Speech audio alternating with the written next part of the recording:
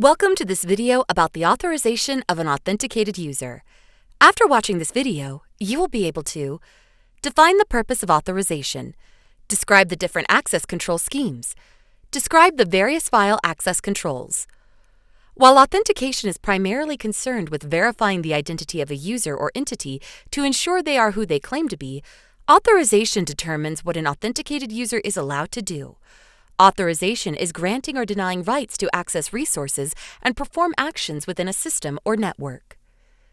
Access control schemes define how authenticated users access and use resources in a system and specify who is allowed to interact with what resources and in what manner. These schemes set permissions and roles that dictate the user's access level, ensuring security and operational efficiency within an organization or network. Let's look at the different available schemes.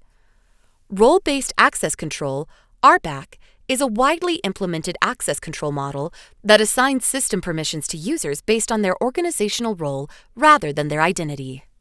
This approach simplifies administration by allowing access rights to be managed through roles, which can be easily assigned and changed based on an employee's current responsibilities and job function. RBAC limits access to network resources, applications, and sensitive information to only those who need it to perform their roles. This method reduces the potential for unauthorized access and aligns access permissions more closely with organizational structure and workflow. Attribute-based access control, ABAC, is another approach to managing access rights within an organization's network. ABAC uses attributes to make access decisions. These attributes can be related to the user, the resource they want to access, the action they want to take, or the environmental context.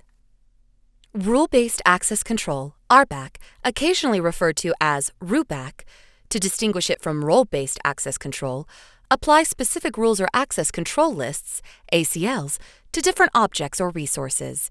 The system examines these lists when an access attempt is made to determine whether such access should be permitted. The most common example of RBAC is firewall rules. In mandatory access control, MAC systems, the operating system enforces access regulations as determined by an administrator. Users cannot alter file access permissions or modify the established security protocols. Mandatory access control, MAC, is commonly employed in government and military environments, where security and confidentiality of information are of utmost importance. Discretionary access control, DAC, is a familiar access control model for many, especially those who manage their personal computers at home. This model assigns ownership to objects such as files and directories. Owners can distribute rights and permissions for these objects. File access controls are an example of discretionary access controls. In this security model, administrators delegate the authority to users, allowing them to dictate access permissions to various resources.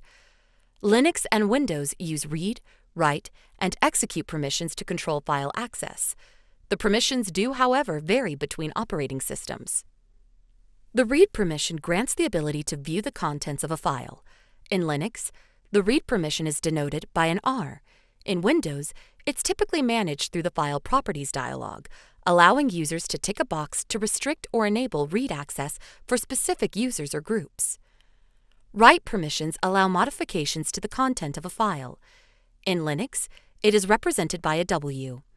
Windows offers this permission through its Properties dialog, enabling users to add or remove write access and controlling who can alter the file. For a file to be run as a program, it must have execute permissions.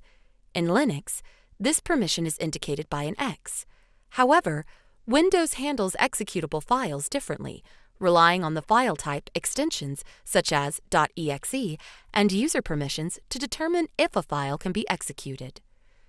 In this video, you learn that understanding and implementing appropriate access control schemes within an organization is crucial for safeguarding sensitive information and resources from unauthorized access. By adopting models like RBAC, ABAC, RUBAC, MAC, and DAC, organizations can tailor their security measures to fit their unique needs, ensuring users have the necessary access to perform their duties without compromising security. The use of file access controls, particularly in Linux and Windows environments, further highlights the importance of precise permission settings in maintaining the integrity and confidentiality of data.